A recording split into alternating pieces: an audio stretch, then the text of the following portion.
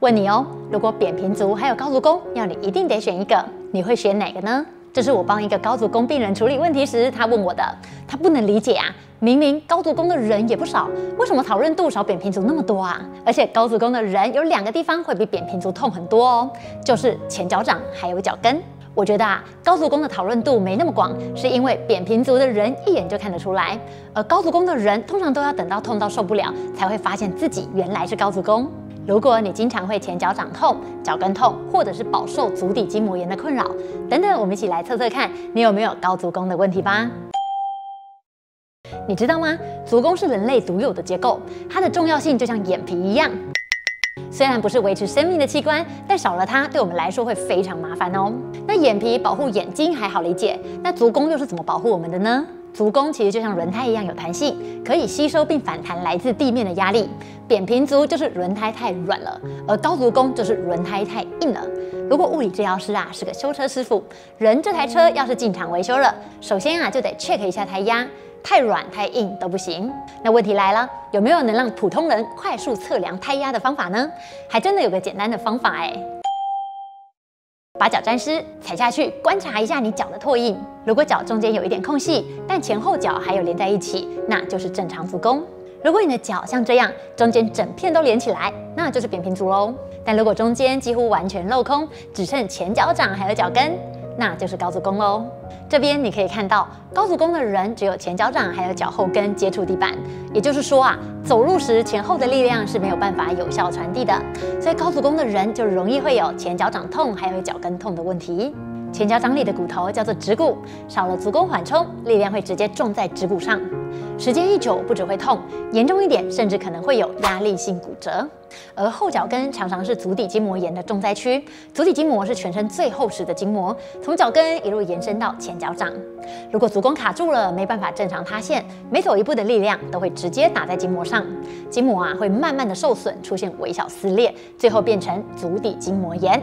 最典型的症状啊，就是早上一下床，脚底就痛到像踩在钉子上面，非常的痛苦。但你知道吗？不管是扁平足还是高足弓，他们都不是100%就会脚痛哦。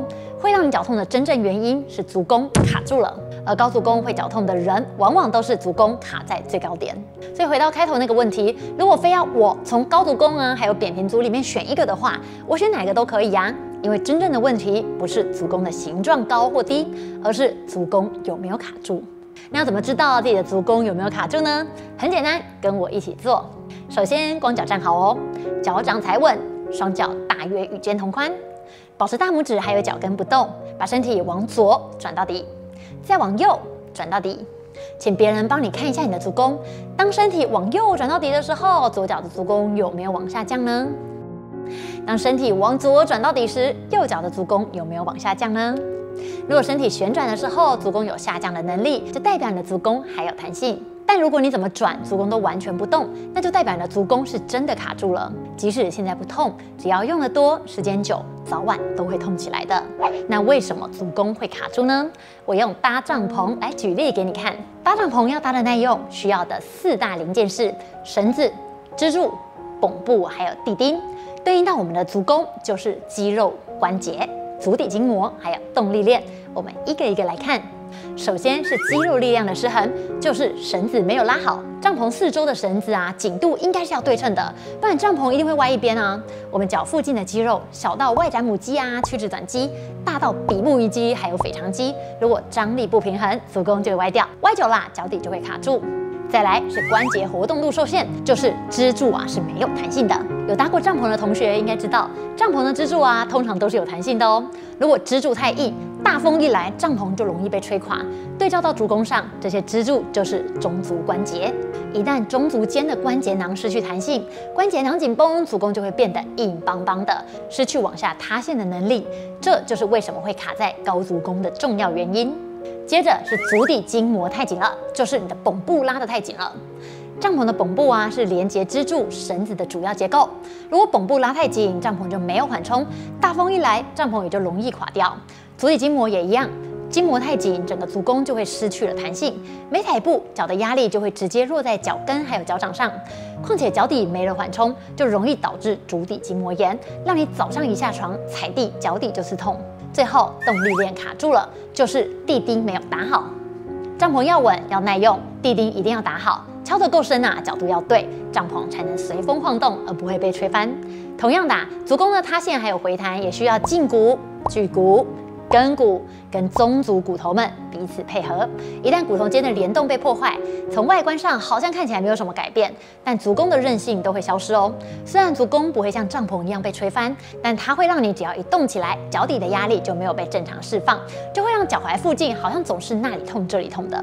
所以要把这个足弓杖搭好，我们需要的是肌肉绳子、关节支柱、筋膜绷部，还有动力链地钉彼此配合。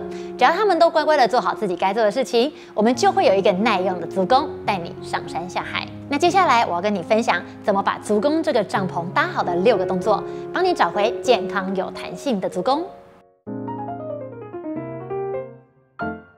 距骨还有胫骨关节松动术。首先松动距骨，一开始把脚放在椅子上，保持前脚掌还有后脚跟踩稳，不要离开椅子。双手大拇指交叉扣在脚踝前方内侧，这是足背还有胫骨的交汇点。身体一边往前，双手往内往下旋转，记住旋转不要只转到皮，要转到底下的骨头哦。转到底时保持小腿固定，不要往内夹，让距骨滑动就好。每次转到底停留3秒，重复12下，力道不要太大哦，不要有痛的感觉。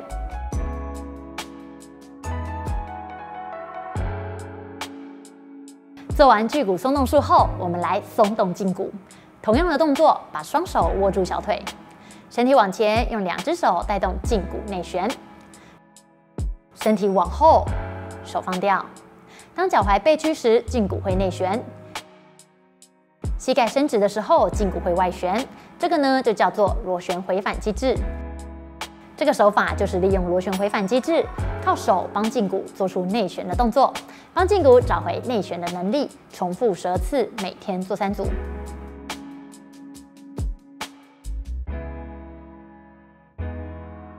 中足松动术，首先把脚放在大腿上，呈现翘脚的姿势，把脚切一半。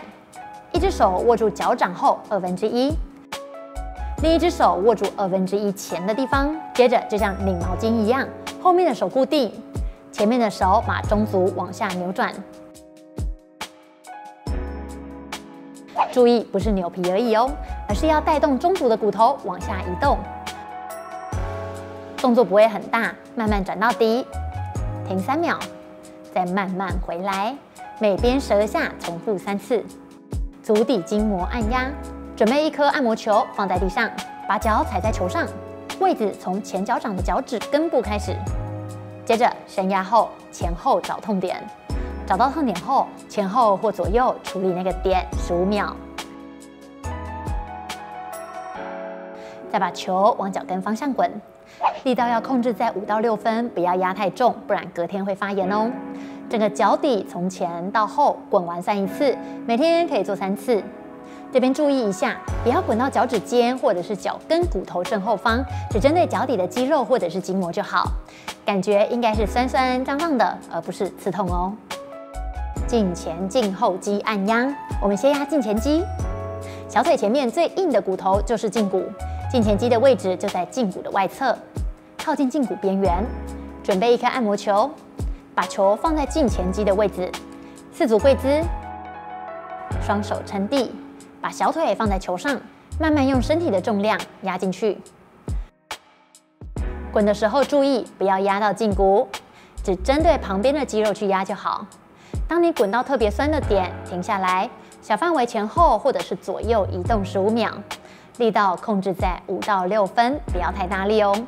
整条胫前肌从上到下滚完算1次，每天可以做3次。再来胫后肌，坐在椅子上，翘二郎腿，小腿内侧硬硬的骨头就是胫骨，胫骨的后面比较柔软的地方就是胫后肌。用大拇指顺着胫骨内侧往下压，沿着胫骨的边缘一段一段找酸的点。当你压到特别酸的地方，左右移动15秒，力道控制在5到6分，不要太大力哦。沿着胫骨的内侧往下到脚踝，再往脚踝内侧转一个 L 型，这条路线就是胫后肌的位置。整条小腿内侧从上到下压一遍算一次，每天做3组哦。小腿离心收缩训练，这动作可以帮助小腿肌肉恢复弹性，减少足弓被拉得太紧。首先找一个阶梯，脚尖踩在阶梯边缘，脚跟悬空，双手扶墙或者是扶椅子，保持平衡。接着要训练的那只脚，垫脚尖往上到最高点时停10秒，10秒后再把脚跟往下放，尽量放到脚跟低于阶梯的高度，感觉小腿紧紧的，再停10秒。这一段往下的过程就是离心收缩。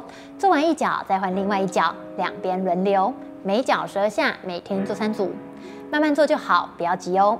应该是小腿缓慢被拉开的感觉，不会感到刺痛哦。动力链训练，这个动作是要训练整条下肢的动力链，让身体、骨盆、小腿还有足弓一起动，恢复身体带动足弓塌陷的能力。